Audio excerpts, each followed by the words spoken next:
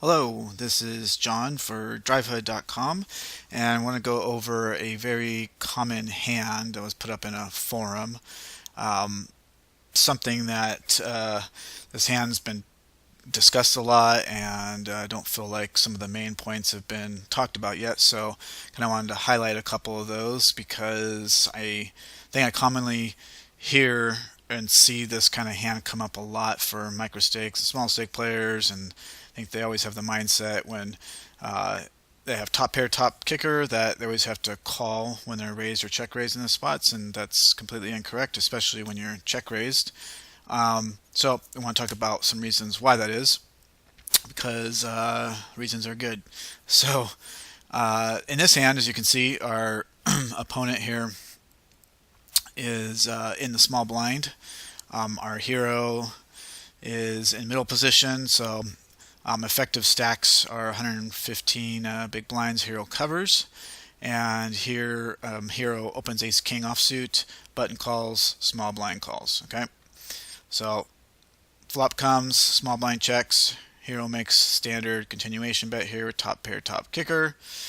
The button folds and small blind check raises, and then hero calls. So I'm going to argue that this should be a fold, and this is why. So let's punch this up in Drivehud. I'm going to show you a standard range. So first of all, yeah, so Hero has a great hand. He has position. Those are the two great things going for Hero here. The bad things going here are it's multi-way. It's our small blind is getting a pretty decent price just to check and call here if he has some kind of reasonable draw or something. So as far as assigning a range here, obviously we're going to stay on a set of sevens, set of tens. I'm going to completely eliminate a set of kings, just mostly because obviously he overcalled here. We have ace king, so I'm actually, I rarely just completely wipe out a hand, but I think in this case we're going to completely eliminate that, especially considering our opponent's stats. He's probably going to squeeze here almost always with this hand. This was also a zoom hand on PokerStars, so even kind of a bigger reason to kind of go for a check raise here rather than try and slow play out of position. It would be really kind of wonky. Some situations might totally be appropriate, especially if it's not multi-way. But so anyways, just want to kind of clarify that because discussing ranges is really important. I mean, really, all of this is going to come down to range assignment and where we're going to see. So, where our opponent is going to be. So first of all, especially in micro stakes, a lot of your opponents, when they check raise, you kind of just have to take their hand at face value that they're going to have top pair beat, because they usually do. Historically, looking at a lot of numbers, there's some people that have some population studies out there, and actually in this thread in particular, somebody did a little bit of population study that was talking about almost half of the time people have top pair or over pair plus in the spot. But I'm not going to go into that. I'm just going to break down the ranges and talk about a couple of key points. So bring over Drivehud here. So as you can see, we have the hand set up, the board, ace king, and then we have a range of a lot of combo draws, big draws, sets, two pair, and straight draw.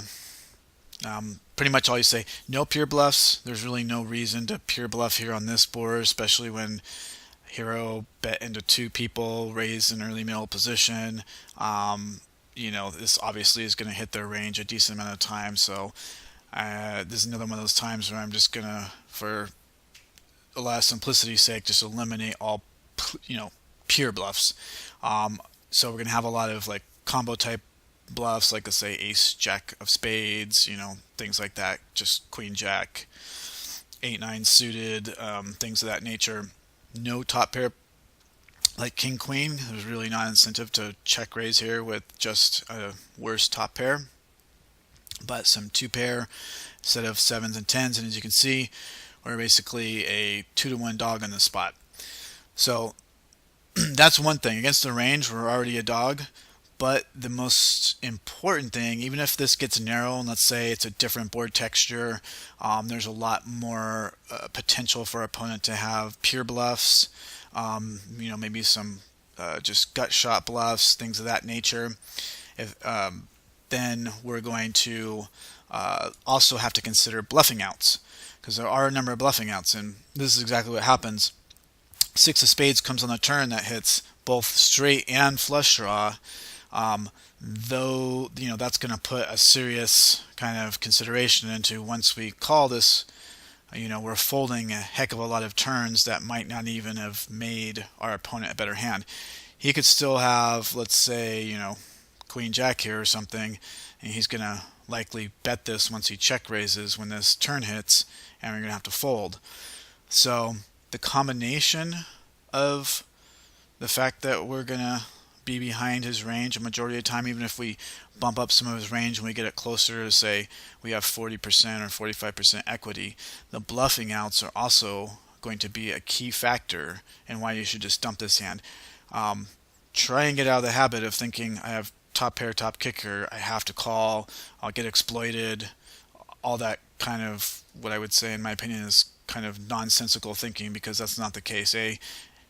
Unless you get like tons of hands or you actually show your hand, you're not really going to get exploited here. You're not going to get enough numbers from your other opponents for them to know that you're going to be folding top pair, top kicker when you check raise here. And even if they have that information, if they're applying it correctly in the right spots, I mean, it's just, especially at micro and small stakes games, I just wouldn't even worry about that. Like I said from the beginning, I would take it more at face value. Evaluate the texture, which will play a huge role in how you're assigning the range, and considering the fact that once you do call, your opponent's going to be betting the turn a high percentage of the time, and you have to consider the number of bluffing outs they have. If you are behind to a set of sevens or tens here, you're really in deep doo-doo going forward.